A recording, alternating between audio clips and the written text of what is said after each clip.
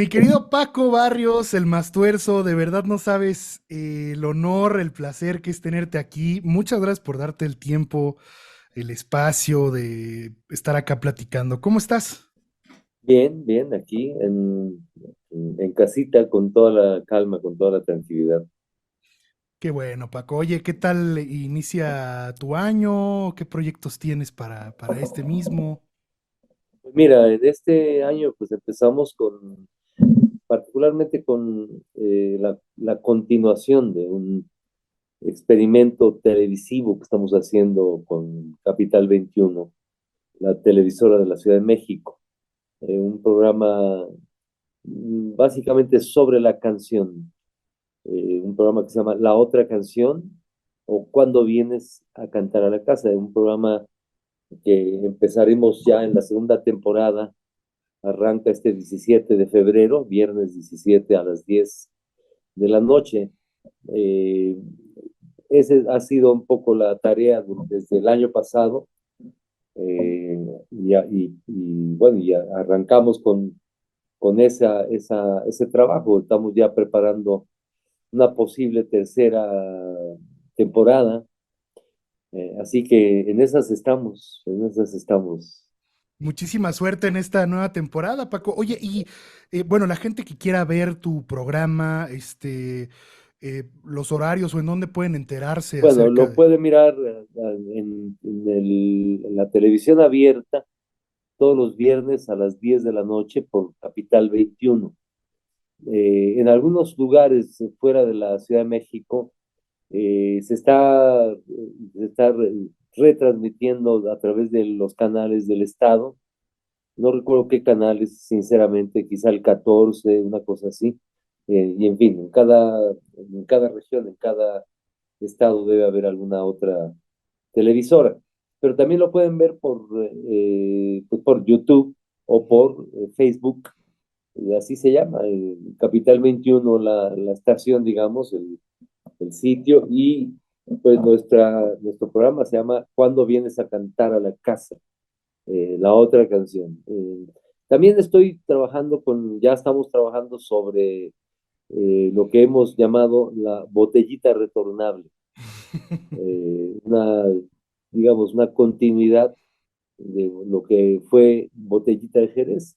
Como tú sabrás, Armando Vigajil falleció hace casi 4 años y pues hemos arrancado con este otro experimento musical que es recordando a Botellita de Jerez. Por eso mismo le hemos denominado Botellita Retornable. Está increíble el concepto y el nombre. Oye, Paco, ¿y qué sientes de, pues, de regresar nuevamente a abrir la música de Botellita y reencontrarte con eso? Bueno, pues siento obviamente una cierta nostalgia, pero como es un otro experimento, no es que estemos supliendo a Armando Vega Gil, ni mucho menos, es arrancar con un proyecto que primero nos dé vida y por supuesto tener un punto de partida para poder hacer nuevas cosas, para poder grabar nuevas canciones, crear pues, ¿no? No quedarnos en solamente el recuerdo de lo que fue la botellita de Jerez. No, y al final del día eso va a ser una carta de amor, pues bueno, para los que seguimos, pues no solo la carrera de la banda, sino de individualmente la de ustedes, ¿no? Así que Ya, eh, puedo decirte gracias, mi querido Paco. gracias a ti, muchas gracias. Oye, y bueno, este proyecto comienza este año, en el 23, igual. Bueno, ya arrancamos el año pasado en distintos, bueno, y desde antes, desde la época de la pandemia. Ujú. Era un proyecto que le llamábamos Soñar no cuesta nada, que no nos decía nada el nombre, pero de pronto a Santiago Ojeda, parte obviamente de este experimento, se le ocurrió botellita retornable y eso creo que nos ha funcionado en el sentido de que cada vez que lo decimos, la gente esboza una sonrisa, ¿no? Y obviamente tiene que ver con el humor, pues evidentemente con lo que fue la botellita de Jerez. Eh, empezamos este año propiamente, será la segunda tocada, este segundo concierto en la ciudad de Monterrey, Nuevo León, el próximo 11 de febrero, sábado 11 de febrero en Monterrey, en que ya será propiamente con este nombre de Botellita Retornable, en donde continuaremos, ¿no? Muchas felicidades, mi. Sí, sí sabía que habían ya empezado, pero pues no bajo este nombre, ¿no? Bajo este nombre me parece que ya es ahora sí oficial. Oye, Paco, quisiera ir contigo a la piedra angular de este espacio, que nuevamente te agradezco por estar aquí. Para, para Paco Barrios el Mastuerzo, ¿qué es la música? Bueno, pues como para todos, así casi como por, entre comillas, definición, pues el arte del bien combinar los sonidos del tiempo, el silencio, y a mí en lo muy particular, y la palabra. Eh, para mí creo que el oficio es la canción. No soy músico en el sentido estricto de la palabra. Hago música porque, bueno, es parte de mi labor como escritor de canciones, ¿no? En ese sentido, bueno, la música para mí es, no puedo decir que es todo, pero es una gran parte de mi vida durante pues, todos estos años que he vivido, ¿no? Es decir, desde muy pequeño he estado involucrado con la música por distintas razones, familiares, por cercanía con la música, ¿no? Y sí, es una gran parte de mi vida, y sin embargo, bueno, eh, todo lo demás es todo lo demás, es eh, un montón de cosas, un montón de ¿cómo te diré? De la vida, pues, que a través de la música, bueno, de alguna forma nos acercamos, ¿no? Es decir, a la música. Es decir, mi oficio ha sido cantar desde hace muchos años, hace más de casi 52 años, prácticamente, y pues eso, el poder desde la música significar mi vida, ¿no? Particularmente, insisto, desde la canción, pues es eso, ¿no? Es la forma en que se ha significado pues, mi vida, ¿no? Oye, Paco, me gustaría que hiciéramos una línea de tiempo musical de tu vida. Lógico, partiendo por la niñez y bueno, ir como recorriendo todos estos caminos de tu vida. ¿Qué música te lleva a tu infancia? Tengo entendido que eres de Hidalgo, que tu papá era músico y tienes ese bagaje en tu familia. Bueno, la música de las grandes orquestas, por ejemplo, eso es lo que me formó, la música eh, de la canción popular, digamos, el bolero.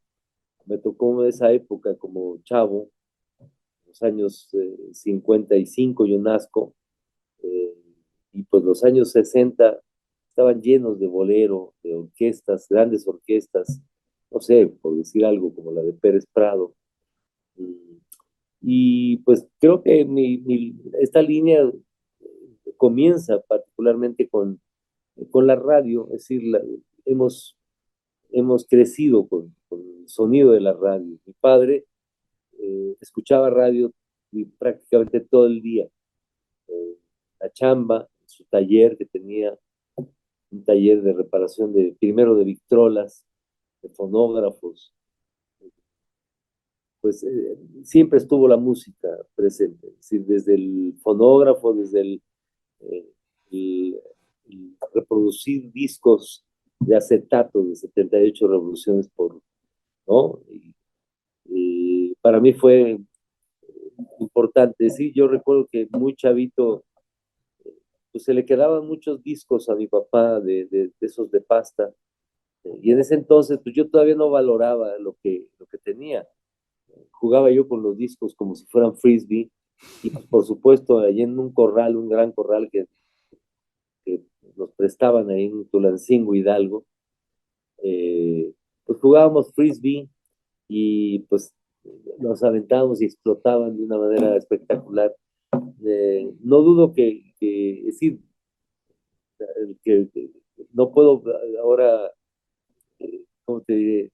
Negarlo, no valoré en ese momento lo que estaba yo tirando a la basura. Eran discos, recuerdo algún disco de Caruso, por ejemplo, o así, discos muy importantes, yo creo que en esas épocas, que ahora los valoraría de otra forma.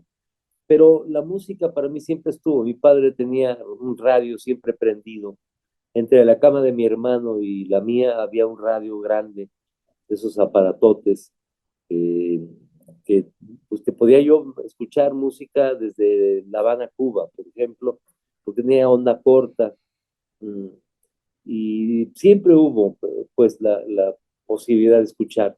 Esa música, pues, insisto, era música de orquestas como la de Pablo Beltrán Ruiz, de Carlos Campos, eh, de, de Damaso Pérez Prado, la música de los años, de los previos, es decir, del inicio de la radio. Creo que en esa época, en los años finales de los 50 y principios de los 60, se escuchaba en la radio. Por supuesto, hubo un momento en que el rock and roll apareció en nuestras vidas, los Beatles, los Creedence Clearwater Revival, los Rolling Stones, en fin, los grupos, digamos, desde la industria musical, pues que todos de alguna forma escuchamos. Oye, Paco, tú desde muy joven, ya me lo dijiste, pero ya lo había investigado, tuviste una cercanía muy grande con el radio. Yo quisiera preguntarte, ¿por qué consideras que la televisión hoy en día está cayendo y el radio pues se sigue manteniendo e incluso los formatos del podcast, desde mi lectura, son una ramificación del radio y están más que en auge? No sé, y quizá una de las razones yo creo es porque los seres humanos tienen que seguir produciendo su vida, reproduciendo su vida en el trabajo concreto, ¿no? Es decir, eh, los compas trabajadores de la albañilería, pues ponen su radiecito ahí mientras chambean, ¿no? No puedes poner atención a una televisión mientras estás trabajando. Sin embargo, la radio te da ese chance, ¿no? Yo creo que esa es una de las razones y una necesidad de una cierta, de una otra, algo, otro que de alguna manera te rodee, particularmente la música. Bueno, a mí en lo personal siempre crecí así, siempre, todo el tiempo hubo un radio, cuando menos con noticias, me explico, ¿no? Eh, de tal suerte que sí, la radio te permite no perder atención de lo que estás haciendo, mientras estás, incluso ahora mismo en la realidad actual, pues la gente trae sus audífonos y trae lo que tú dices, su podcast por ahí, o simplemente su música preferida en cualquier dispositivo. Creo yo que es la razón por la que la radio evidentemente tiene más ese margen de vida, ¿no? La televisión particularmente por lo chafa, ¿no? También también lo decadente, que cada vez más se revela todo lo que vivimos durante tantos años, ¿no? De la decadencia de un mundo del espectáculo verdaderamente patético, ¿no? Que además, como la radio ahora mismo, que se paga porque suene tu música, ¿no? Es decir, la radio es privada, son empresas privadas. Y antes nos asustaba, o era así como hablar de la payola, de una manera secreta, casi, casi. Y no, es tan entendido cada vez más de que las radios siempre requirieron de dinero para sonar, ¿no? La televisión, eso cada vez más, sí, es para ciertos momentos, para ciertas este, generaciones incluso, ¿no? Creo yo, yo viví de alguna forma el surgimiento de esa televisión comercial desde el Club del Hogar y a propósito de esta línea del tiempo en términos musicales, pues la televisión también en cierta época, para bien o para mal, nos formó en ese sentido, ¿no? Nos dio un montón de, de músicas, ¿no? Que de alguna manera eran parte de ese mercado, ¿no? Ahora mismo yo creo, estoy convencido que esa música ya tienes un chance de elegir y no solamente, incluso no solo la radio o la televisión, sino a través de distintas otras plataformas pues en la realidad virtual, digamos, ¿no? La televisión, bueno, desde hace mucho estaba condenada a cada vez más a la desaparición, o cuando menos a la búsqueda de otras formas, ¿no? Con la aparición con la internet, bueno, esto cada vez más le dio, pues lo fue haciendo a un lado a la televisión, ¿no? La radio creo que sigue por esa razón, yo creo. Un carpintero, un albañil, un trabajador, digamos, de casi cualquier labor, pues tiene ese chance de poder tener música, noticias, ¿no? Que es básicamente lo que escuchamos, ¿no? O chismes, ¿no? Se han dado desde mucho tiempo para acá los programas de chismes de, del, del mundo del espectáculo frívolo y tonto, ¿no? Que al final del día es como una bola de nieve, ¿no? Esa es la oferta, pero pues la sociedad sigue exigiendo a veces que ese mismo contenido se reproduzca, ¿no? Hasta ahora que bueno, ya hay un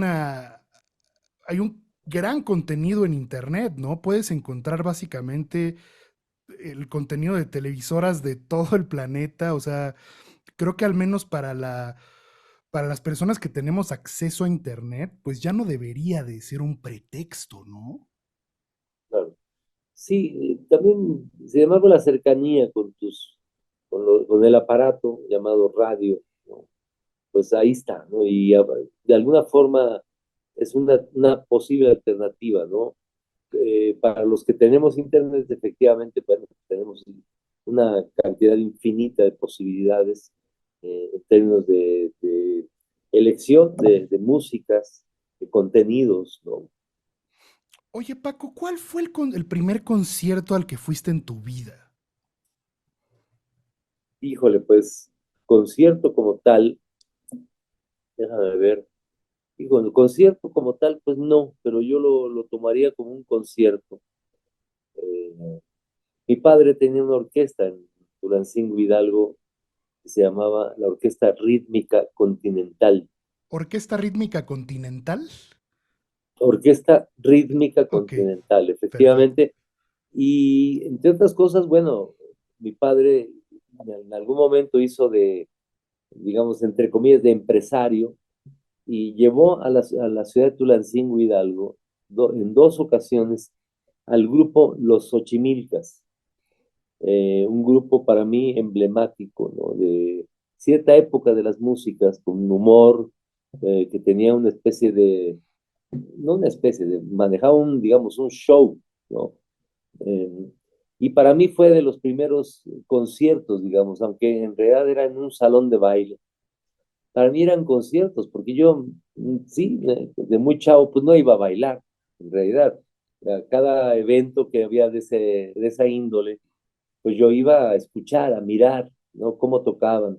De los primeros eventos fueron los Xochimilcas, fueron apariciones de la orquesta de Damaso Pérez Prado no sé, aquí en la Ciudad de México ya, en la Carpa Apolo, la que estaba allá en Avenida Reforma. Recuerdo también un concierto muy, muy importante para mí, en donde participó en la orquesta de mi papá, pero también estuvo el grupo Peace and Love, en, en la ciudad de Tulancingo, Hidalgo. En los años 60, debe haber sido por ahí del año 70, 71, eh, más o menos, 70 debe haber sido, porque yo en el año 71 emigro de Tulancingo, Hidalgo, aquí a la Ciudad de México.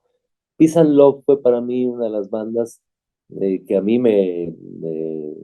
pues eso, me rompieron la cabeza por la dotación, que era una banda con saxofón, trompeta, trombón, batería, bajo, guitarra, y con una energía que proponía evidentemente la música rock, ¿no? Oye, Paco, ¿cómo empieza tu vida como creador musical? Sé que dentro de tu obra, por supuesto, está la letra, pero en este caso me gustaría explorar la parte de tu acercamiento a la música como músico. No, pues mira, yo nunca estudié música. Mi padre quería que yo estudiara música, me insistía mucho todo el tiempo. De hecho, me enviaba a tomar clases con don Danielito, que era un saxofonista ya grande, un señor ya de la tercera edad que tocaba, que era un buen músico. Y me invitaba a sus clases, me llevaba a sus clases, pero realmente yo veía puros puntitos y rayitas y no me atraía. Nunca fui cercano a la preparación académica respecto a la música. A mí me importaba cantar o tocar, ¿no? Y no la música en sí misma, nada más por la música como tal, sino, insisto, a mí siempre me importó la letra, la canción, ¿no? Eh, Creo yo que ese fue para mí es decir, escuchar por la radio a los, no sé, a los rebeldes del rock, por ejemplo, o a los Teen Tops, o a tantos otros, música, digamos, ya, aún siendo, digamos, refritos mexicanos, pues eso fue lo que me movió para poder hacer algo de música, ¿no? Es decir, de canción particularmente. Mis primeras canciones, bueno, fueron llegando a la Ciudad de México. Yo ya tenía entre 14, bueno, 15 y 16 años, en el año 71, y, y básicamente me importaban la música, en esa época, la música de grupos como Chicago, de grupos como Blood, Sweat and Tears, de Billy Chase, de ese tipo de bandas, y me integro a una banda, es decir, aquí en México, inicio con una banda, no me integro, armamos una banda en Tacubaya, eh, que se llamó La Última Página, y tuvimos algunas tocadas, hacíamos evidentemente versiones de distintas canciones, de los Doors, de Grand Funk Railroad, de distintas bandas de esa época, ¿no? Para mí nunca estuvo separada la música de la letra. Eso para mí fue fundamental. De hecho, mis primeras canciones fueron así, es decir, escribir una letra y ponerle música, ¿no? Y esa fue, nunca entendí la música digamos, en abstracto, en solitario. Eh, no, creo yo que para mí siempre estuvo ligada la letra con la música, ¿no? Oye, Paco, y en esta etapa de última página, ¿cómo era? Digo, por supuesto, tú has tenido una trayectoria muy amplia en el sentido de décadas, pero particularmente en la década de los 70, con tu banda Última Página, ¿cómo eran las condiciones en las que tocaban en esos años? En ese entonces, pues era una banda muy, muy, llamémosla así, amateur, ¿no? Eh, Después de esa banda, en los años también 70, yo ya adulto, a los 18, 19 años, me integro a una banda que se llamó, bueno, que le llamamos eh, Vuelo 7. Vuelo En 7. esa banda empezamos a tocar música precisamente de Chicago, de Blood, Sweat and Tears, del Grand Funk Railroad, de Santana, pero con la dotación de banda. A propósito de esa influencia, yo creo, de ese impacto que tuvo en mí, eh, de esos primeros conciertos de que te hablaba, de mirar al Peace and Love. En alguna época, en esa época, pues, me importaba, es decir, tocaba la batería y tocaba también un poco de guitarra en una banda que después se transformó en banda Bronco. Bronco no la que conocemos famosa, sino así era Bronco Band en inglés, que es que en inglés. Y esta banda, una banda de Xochimilco, de, de los hermanos Olivares Membrillo, también de una familia musical de Xochimilco, pues para mí fue formativa, ¿no? Porque ahí, cuando tocaba la batería es porque no iba el baterista de veras, y cuando tocaba yo la guitarra es porque, bueno, porque ya iba el baterista de veras y ahí me acompañaba las rolas con la guitarra, ¿no? Eh, pues creo yo que fue eso, ¿no? Mi formación fue práctica y fue desde el hacerlo, ¿no? No ir a estudiar para, para después hacer música. Es decir, años después, en esos entonces, ya cercano a los años 80, por ejemplo, mm, pues, pues yo me di a la tarea de estudiar en la escuela libre de música, pero me di cuenta que no me interesaba, que insistía, que me importaba tocar, cantar, ejecutar ciertas músicas, ¿no? Eso yo creo que ha sido lo que me ha movido más, ¿no? El poder eh, expresarme con la música. Por supuesto, hubo un periodo en los años 70 en donde de alguna manera empecé con el grupo Los Nacos, cuando yo me integro al grupo Los Nacos, un grupo de canción política, un grupo, digamos, emblemático del movimiento estudiantil del 68. eh, pues ahí comienzo de una manera contundente a componer más canciones, motivado precisamente por mi presencia en ese grupo, ¿no? Oye, Paco, de estas bandas que tuviste, ¿cómo llegas a formar pues el proyecto del que nosotros los mortales te conocemos más, que es Botellita? ¿Cómo se forma Botellita y cómo es el proceso? Bueno, yo venía del grupo Los Nacos, yo entro al grupo Los Nacos en el año 76.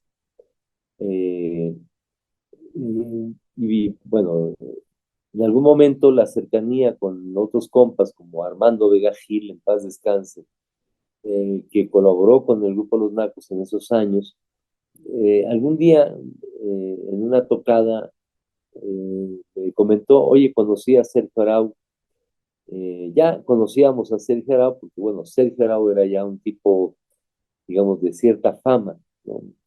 Era monero del Uno más Uno. Armando era periodista, era escritor, y conoce a Sergio Arau a través de Manuel Ahumada, también otro compa ya fallecido, dibujante, monero primero del Uno más Uno, de La Jornada, junto con Sergio Arau. Se conocen y ellos entran en pláticas, emocionados por hacer una banda de rock mexicano. Y, y cuando Armando me topa en ese concierto, me dice, "Pues conocí a Sergio Arau y mira, estamos haciendo estas canciones", y me canta el corito del Charrock and Roll, una primera canción que se hizo con la botellita. Y me invitan, ¿no? Y pues yo participo desde el primer ensayo. Perdón, empezamos a ensayar y nos dimos cuenta que, bueno, que sí, que era posible. El primer evento que se hace con la botellita de Jerez fue el día 2 de abril de 1983, aquí en el sur de la ciudad, aquí muy cerca del metro Tasqueña. Y pues fue un evento muy importante para nosotros, porque curiosamente fue el primer evento que se presentó el grupo Real de 14 con ese nombre, un extraordinario grupo de blues mexicano. Desde entonces se presentó también el maestro Jaime López y otras dos bandas, una banda que se llamó eh, La Broma Bolchevique, que curiosamente era la segunda banda del evento y en la primera rola se pelearon los músicos y dio lugar a que estuviera Jaime López con Alan Derbez, con un compa saxofonista, acordeonista, que además es escritor y crítico de arte, por cierto. Y después cerró Botellita de Jerez. Cerramos el concierto, ese concierto, a beneficio precisamente de Manuel Ahumada, que iba a un curso a Nueva York. eh, y pues fue tal éxito de que nada más teníamos 5 canciones montadas en el grupo.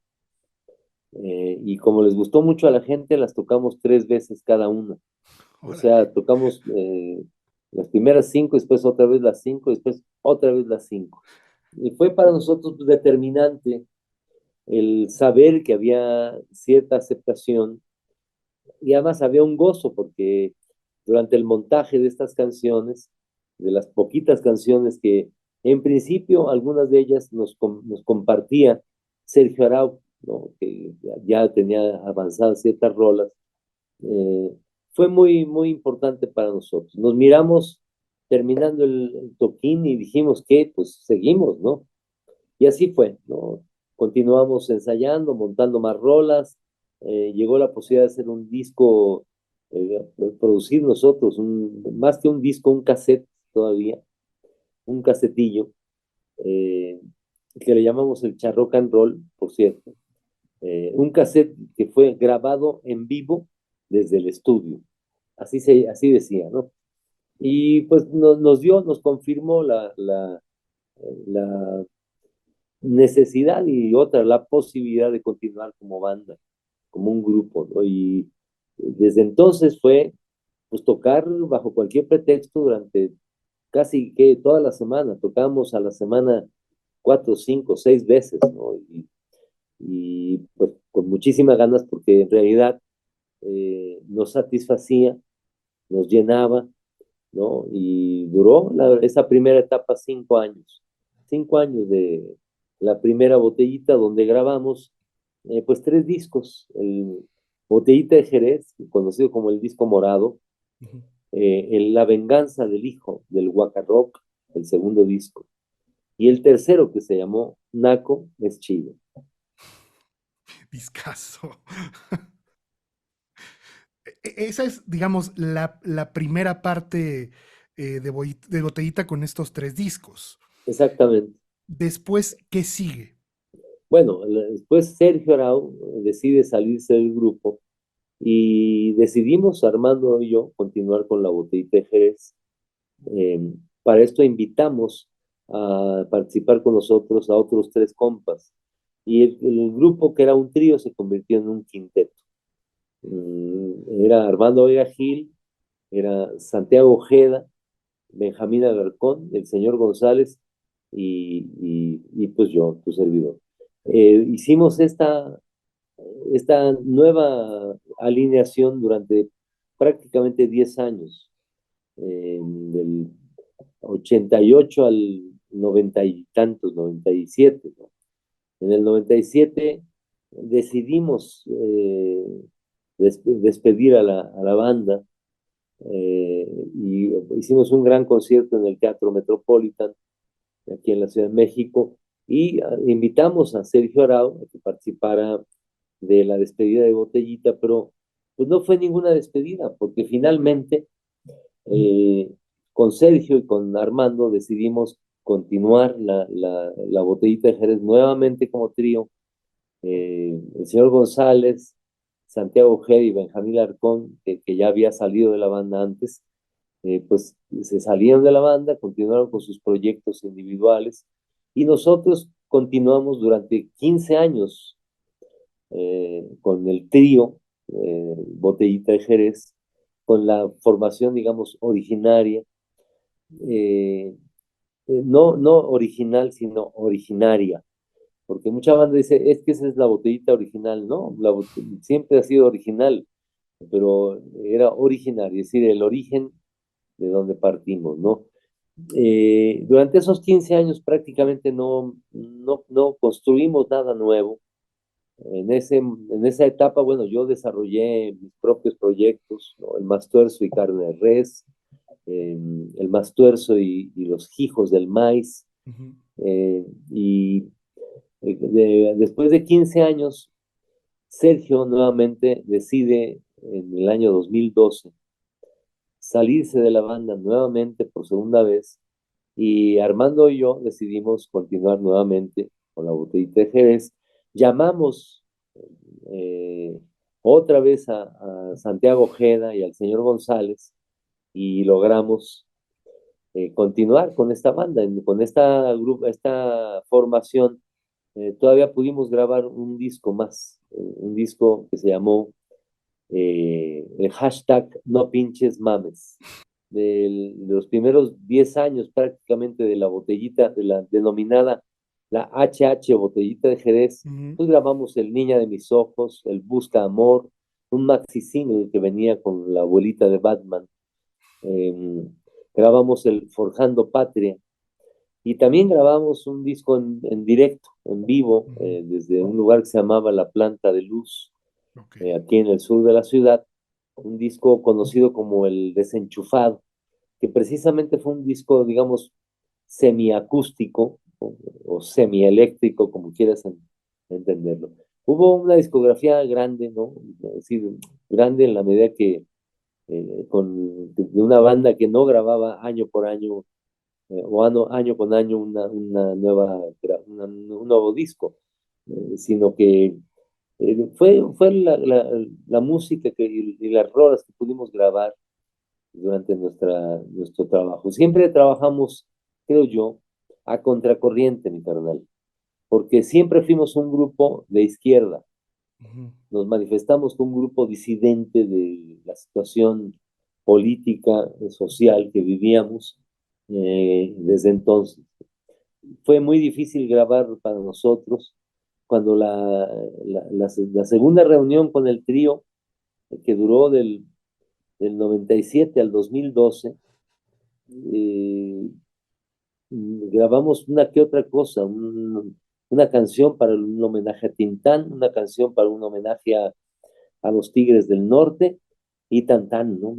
Sin embargo, una etapa creativa, sumamente creativa, eh, fue la etapa de la HH Botellita Jerez. Siempre he considerado que Botellita en sus distintos momentos ha sido una especie de taller de música, un taller de canción, un taller de composición, un taller de todo, un taller que de alguna forma intentaba abarcar desde la perspectiva del arte eh, la totalidad, ¿no? Oye, Paco, me dijiste la fecha, precisamente, la primera de Botellita. ¿Recuerdas la última vez que se presentaron en vivo bajo el Sí, formato de Botellita de Jerez? bueno, fue una semana, eh, déjame ver, el día primero que fue domingo primero de abril de 2000, perdón, 18. 1 de abril del 2018. No, estoy tratando de recordar, ese día fue el día que fallece Armando Vega Gil.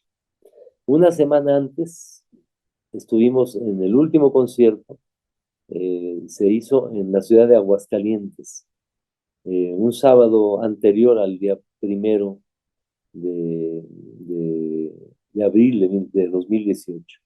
Ese fue el último concierto que disfrutamos mucho, por cierto, mucho, eh, en la ciudad de Aguascalientes. Esa fue la última tocada. Podremos decir que fue el último sábado de marzo del 2018. Puede ser el penúltimo sábado de El marzo penúltimo. Ujú. de 2018. Fue el último concierto en un lugar muy, muy chido, allá en Aguascalientes. Fue muy, pues memorable, ¿no? La tocada. Cada vez que he estado en Aguascalientes después de esa fecha, pues mucha gente lo recuerda, ¿no? Y, nos lo recuerdan, digamos, para bien, siempre para bien, yo creo. Oye, Paco, tú tienes una lectura muy amplia del rock en México. Participaste de él, en él de una forma social. ¿Qué le ha aportado el rock a México? Híjole, bueno, yo te seré sincero, no creo que le haya aportado mucho el rock a México, no, la verdad, no. Para mí, cada vez más, lo digo sinceramente, me deslindo del rock, ¿no? Porque el rock cada vez más me ha parecido lleno de vacío, ¿no? Eh, Durante todas las épocas de que hemos vivido el rock, bueno, ha habido distintas escenas, ¿no? Muchísimas escenas. No hay una escena del rock en México, sino distintos escenarios del rock, ¿no? Creo que ha habido, creo yo, pero no desde el rock, yo creo que más bien desde la canción, más allá del género, la forma, la rítmica, etcétera, la canción como tal, ¿no? Creo que ha habido grandes aportaciones, pero insisto, no desde el rock, como por ejemplo, una de las que se me viene a la cabeza de manera inmediata, pues es Rodrigo González, Rodrigo, ¿no? Una de ellas, ¿no? Creo yo que tengo que decir ahora que ya no existe esa botellita de Jerez, pues que Botellita fue una aportación desde la perspectiva de mirar es decir, de manera crítica al mundo, ¿no? Creo que fue uno de las razones por las que se nos dificultó mucho el poder trascender, digamos, en términos mercadológicos, sin ser famosos o más famosos o ganar mucho dinero, el manifestarnos siempre de izquierdas, ¿no? Y creo yo que el rock, es decir, esa forma que hemos denominado rock, yo la vería no desde el rock, sino desde la canción. La botellita aportó en el sentido implementar desde el humor, ¿no? Una mirada crítica, autocrítica de lo que es México, ¿no? Ha habido un montón ¿cómo te diré?, de atisbos, ¿no?, de asomos de distintas bandas. Hubo una banda del maestro Fernando Rivera Calderón, en donde también colaboró en algún momento Armando Vega Gil, que se llamó El Palomazo Informativo, que era un grupo rock and rollero que hacía parodias y que además construía canciones con humor, un humor crítico, verdaderamente que llegaba al meollo del asunto, ¿no? Yo creo que desde ahí, desde la canción, más allá del género, insisto, ¿no? Ha habido compositores, grandes compositores en México que han mirado la realidad de manera crítica. Te hablo del maestro León Chávez Teixeiro, por ejemplo, que para mí es uno de los grandes compositores no solo de México, del mundo, porque se ha asomado a la realidad desde una perspectiva, insisto, crítica, ¿no? Generalmente eh, hemos o se evalúa la trascendencia de un grupo por su fama o por sí, por su fama, por su presencia en los medios y demás. Y yo cada vez más estoy convencido que no, que habría que rascarle a la realidad para encontrar verdaderos hacedores de canción, verdaderos músicos, verdaderos seres humanos que han aportado a lo que es México, ¿no? Yo recuerdo, nomás para decirte la otra parte, que los años 90, por ejemplo, y en principios de los 2000, no sé, había campañas para más seguridad y llamaban a rock and rolleros y con tal de salir a cuadro en algún documento o algún promocional, pedían más seguridad, pedían, o sea, imagínate, los rock and rolleros pidiendo más policía, más soldados, más, etcétera, ¿no? O no sé, yo aprecio mucho a Alejandro Lora, pero particularmente mirar que Alejandro Lora le levanta la mano a Fox cuando aquella época de inicio de los 2000, ¿no? Pues, y ver espectaculares con la foto de Alejandro Lora levantando la mano a Vicente Fox, pues me parece patético, ¿no? No es desde el rock lo que se ha aportado. Se ha aportado desde la canción, desde la propuesta crítica verdadera de una realidad, pues por demás jodida de México, ¿no? Oye, Paco, Botellita es una banda que siempre buscó salirse de la... Bueno, no buscó, se formó desde salirse de la caja e ir un poco a contracorriente de la industria.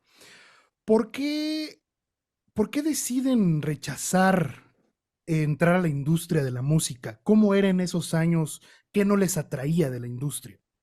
No, no es que lo rechazáramos, simplemente la compañía disquera no sabía qué hacer con nosotros. Es decir, en lugar de meternos al radio, se le ocurrían otras cosas, ¿no? Tú sabes que en la radio, antes y ahora, se paga para sonar. Es decir, la rola que dice que crees que es un éxito porque es un éxito porque hay un varo detrás, ¿no?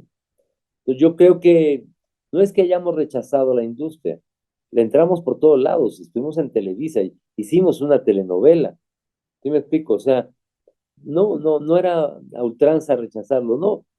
Ha sido un proceso que nos hemos ido dando cuenta de que evidentemente, eh, cito ahora algo que me decía alguna vez Alfonso Arau, el padre de Sergio, ¿no? Me decía, es que ustedes han navegado con bandera de pendejos frente a Televisa. Lo decía en muy buena lid, ¿no? Y yo le decía, sí, efectivamente, pero pasaron poquitos años, ¿no? Para que se dieran cuenta que no éramos ningunos pendejos y nos vetaron, ¿no? Yo creo que con las ideas no podemos negociar. Es decir, creo que todo el tiempo fuimos rebeldes, ¿no? En todos los órdenes, ¿no? En los escritos de Armando Vega Gil o la obra, digamos, pictórica del maestro Sergio Arau, mis canciones, bueno, están ahí, ¿no? Y han tratado de transgredir este orden establecido, como tú dices, salirnos de la caja, ¿no? Nunca deseamos, nunca lo deseamos ser famosos a ultranza. Queríamos decir algo que nos importaba, significarnos con nuestras canciones, con nuestra propuesta, ¿no? Eso yo creo que fue lo que marcó la, pues eso, el navegar a contracorriente, aún estando dentro del mercado. Es decir, si tú te das cuenta, en el Festival Internacional Cervantino o Cultural Cervantino, han participado muchos grupos de rock durante los distintos gobiernos hoy llamados neoliberales, durante todos ellos, desde de la Madrid hasta Peña Nieto. Nosotros jamás estuvimos invitados al Festival Cervantino. De un lado yo digo, qué maravilla, porque no teníamos por qué avalar la política de los gobiernos de entonces, ¿no? Qué mal, por otro lado, porque nos perdimos primero de una lana para vivir, ¿no? Y de otra, de una ventana para poder decir nuestra mirada sobre lo que entendemos como México. Esa es la realidad, ¿no? ¿Cómo te diré? Nuestras canciones no pasaban en la radio porque evidentemente era difícil que las pudieran eh, programar para ellos. Pues, era un gran problema. La disquera no sabía, o cuando menos algunos de las disqueras que estuvimos, no sabían por dónde meter nuestro trabajo. Sin embargo, eh, yo recuerdo con muy buen agrado cuando nos firmó por primera vez la compañía en ese entonces, Polygam, eh, el señor director, que ahorita no recuerdo su nombre, ya lo recordaré, decía, él era de origen argentino-inglés o inglés-argentino. Es Robbie Lear, El papá, su su papá, papá, ajá, el sí. maestro Lear, bueno, Sí, él firmó a el papá, Mercedes Sosa y a muchos bueno, artistas, sí. justo cuando firmamos el contrato frente a la prensa, hubo fotos, hubo ahí el testimonio de algunos reporteros. Él dijo algo muy interesante. Dijo, estoy muy contento de firmar hoy a Botellita de Jerez, como lo hice hace X años con el grupo Lelutier. Desde ahí para nosotros fue entender que sí, que el papá de Robbie Lear era un tipo que estaba valorando nuestro trabajo. Es decir, la disquera en sí, es decir, como disquera, aceptaron nuestro trabajo porque lo veían importante, lo veían interesante, lo veían como una posibilidad. eh, Cada vez lo reafirmo. Creo que Botellita de Jerez, junto con otros grupos, no solo Botellita de Jerez, fuimos un extraordinario fracaso capitalista, pero de otro lado, fuimos un extraordinario acierto cultural, mi carnal. cien Hablo por de ciento. Rodrigo González, hablo de Jaime López, hablo de, híjole, Armando Rosas, hablo de la Camerata Rupestre, hablo de Nina Galindo, hablo de Botellita de Jerez, ¿no? En fin, Mi querido Mastuerzo, hice una dinámica en donde le pedí a los seguidores de Facebook que quien te quisiera formular una pregunta te la hiciera.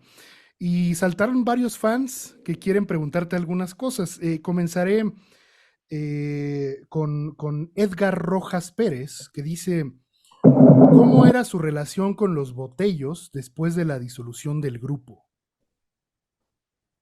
no nunca se disolvió el grupo, se disolvió cuando Botellita de Jerez tuvo la pérdida de Armando Vega Gil, nunca se disolvió. La primera vez se salió Sergio Arau, la segunda vez también se salió Sergio Arau, pero nunca dejamos de ser cuates los demás.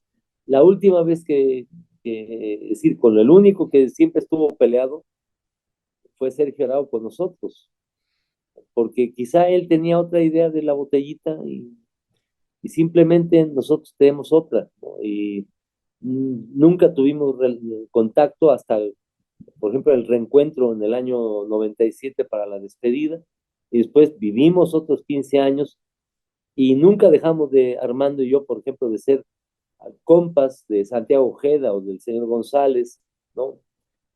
Ahora mismo, bueno, somos cuates, ¿no? Tanto de Santiago Ojeda como del señor González, cada quien anda en su rollo, pero no ha habido, excepto con Sergio Arau. Claro. Sergio Arau sí se peleó con nosotros, hizo su berrinche y se fue, ¿no? Pero en la totalidad del grupo creo que ha habido una relación amistosa, ¿no? Respetuosa. Aquí Eduardo Wars, mi querido Perros, dice, ¿qué historia y sentimientos hay detrás de la canción Prohibido? ¿La canción qué? Prohibido. Bueno, esa es una canción de mi primer disco, digamos, de solista.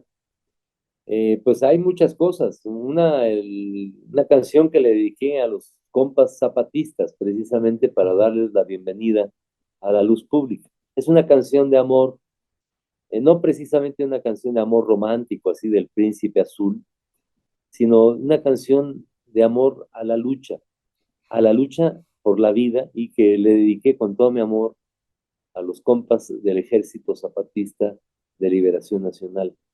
Mm, Como esa, tantas otras que le dedicamos con la botellita. Aquí Ulises Villaseñor dice, me gustaría que nos compartiera quiénes han sido sus influencias, pero no músicos, sino gente pensante que ha provocado en él una idea para desarrollarla y aterrizarla en una rola. Híjole, pues tantos.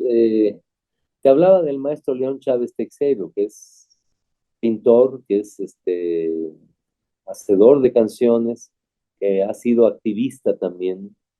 Eh, Te podría decir de el maestro Carlos Monsiváis, Ujú. te puedo decir de tantos compas que tienen que ver con una mirada, digamos, crítica la vida, ¿no? Bueno, aquí Rorro dice, ¿hay una verdadera hermandad en el rock mexicano o ya no la hay? O si la hay únicamente entre rockeros de los 80 y 90, en esta década de los 20 el rock nacional mantiene su identidad.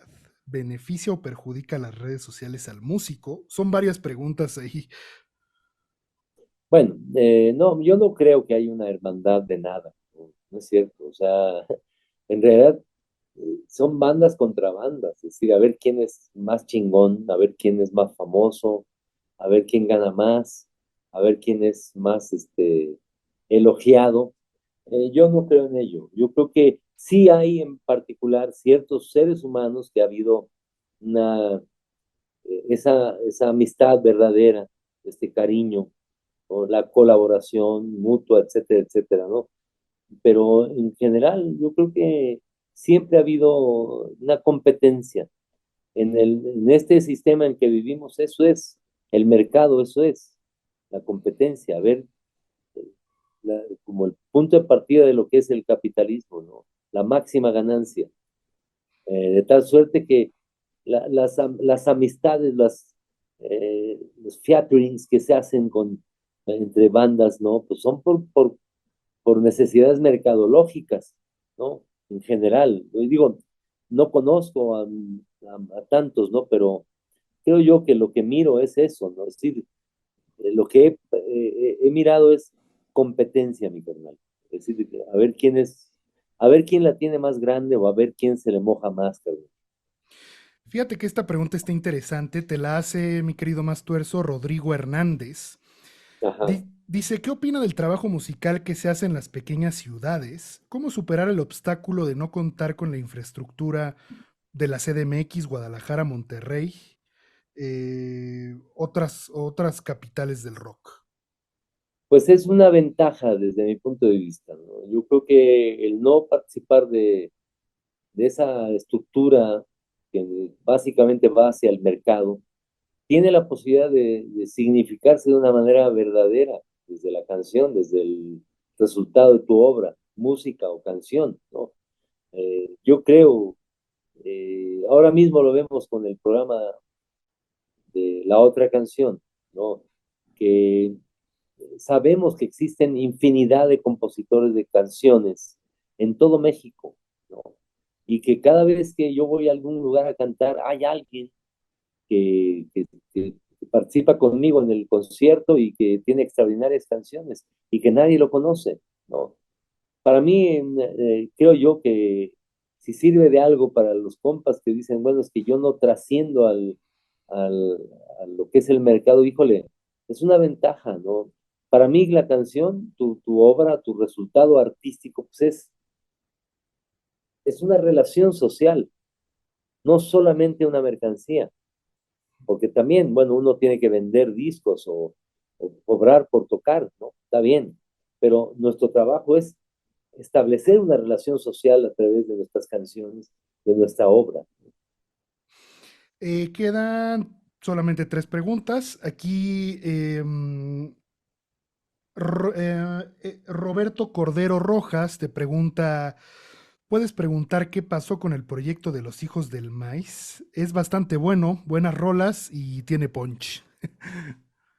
Muchas gracias. Pues pasó simplemente que a punto de cumplir 10 años, justo con el inicio de la pandemia, con la muerte de Armando, decidimos, Josué Vergara, baterista del proyecto, y yo decidimos que ya no habría que continuar, que eran 10 años, hicimos muchas cosas, trabajamos mucho, y pues había que darle un giro. Ahí está, todo está en la web, está en la nube, todo el trabajo de El Mastuerzo y los Hijos del Maíz fue un experimento para mí también muy importante, como lo fue también en otro momento, años antes, El Mastuerzo y Carne de Res con extraordinarios músicos, ¿no? Ambos proyectos que para mí fueron también formativos, ¿no? En términos musicales, y que me permitieron expresarme, que me permitieron moverme, ¿no? No solo a mí, a toda la banda, en distintos lugares, en distintos ámbitos. Creo que eh, pues, son experimentos que son así, que cada vez, después de Botellita de Jerez, pues cada vez pienso en que, ¿para qué continuar un grupo más de X tiempo? Que sucedan cosas de aquí hasta la muerte, cantando, ya ni siquiera ponerle, como que de pronto nos ponemos demasiado románticos de que tendría que continuar.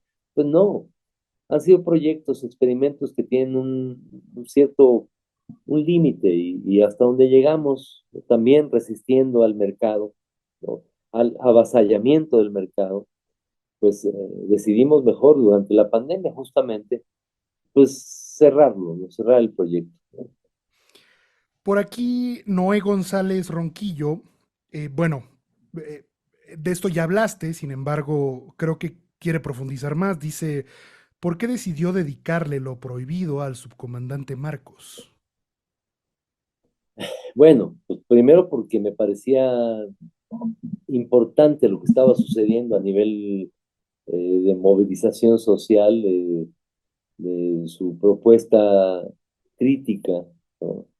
Y pues le dediqué esa canción porque además eh, yo le decía a mi novia en ese entonces que ella estaba enamorada del subcomandante Marcos, entonces como tantas muchachas, ¿no? Y así. Y yo le decía a mi novia que también yo estaba enamorado del subcomandante Marcos, ¿no?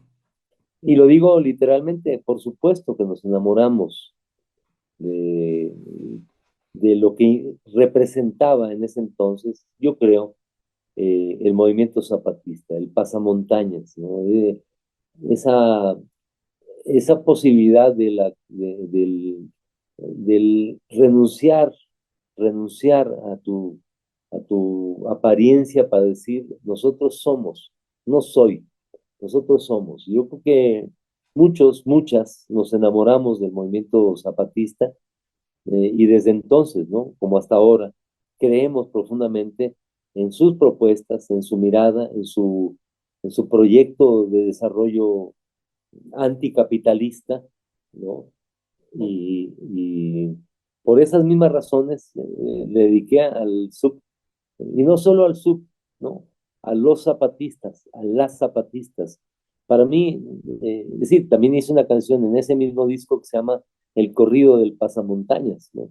Y que en realidad no habla del subcomandante Marcos en específico, ¿sí? Y como prohibido no habla del subcomandante Marcos en específico, habla de las supuestas grandes mayorías, ¿no?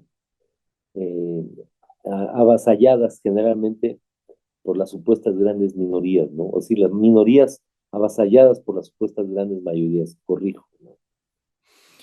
Pues mi querido Mastuerzo, de verdad agradezco mucho tu tiempo. Ha sido una plática sumamente enriquecedora. Considero que para aprovecharte más necesitaría tener unos 200 capítulos, pero verdaderamente muchas gracias por el tiempo, por el espacio. ¿Y qué te parece si pactamos como para en un periodo largo, una segunda parte? Encantado de la vida, Javier. Será un placer, encantado. Cuenta con ello. Muchísimas gracias y te mando un fuertísimo abrazo y suerte en lo que viene de este año. Muchísimas gracias, Javier. A la orden.